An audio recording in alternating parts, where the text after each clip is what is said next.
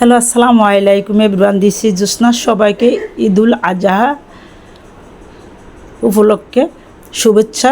ঈদ মোবারক। সবার জন্য ভালো থাকে।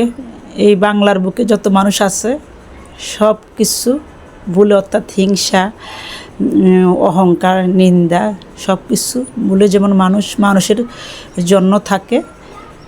আর এক টুকরো করে হইল যাদের শত্রু তাদের ঘরে যায় যেমন রুটি দিয়া, গরুর মাংস দিয়া খায়া আসে।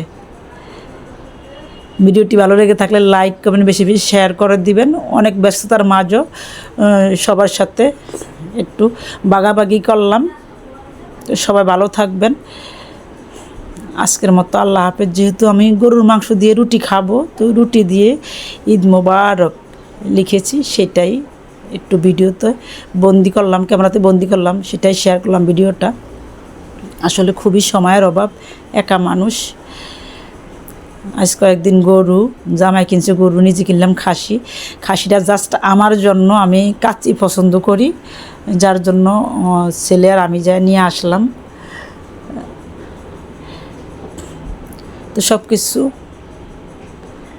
আল্লাহর ইচ্ছা, আল্লাহ রাজি খুশির জন্য। তো আজকের মতো আল্লাহ হাফেজ, ঈদ মুবারক।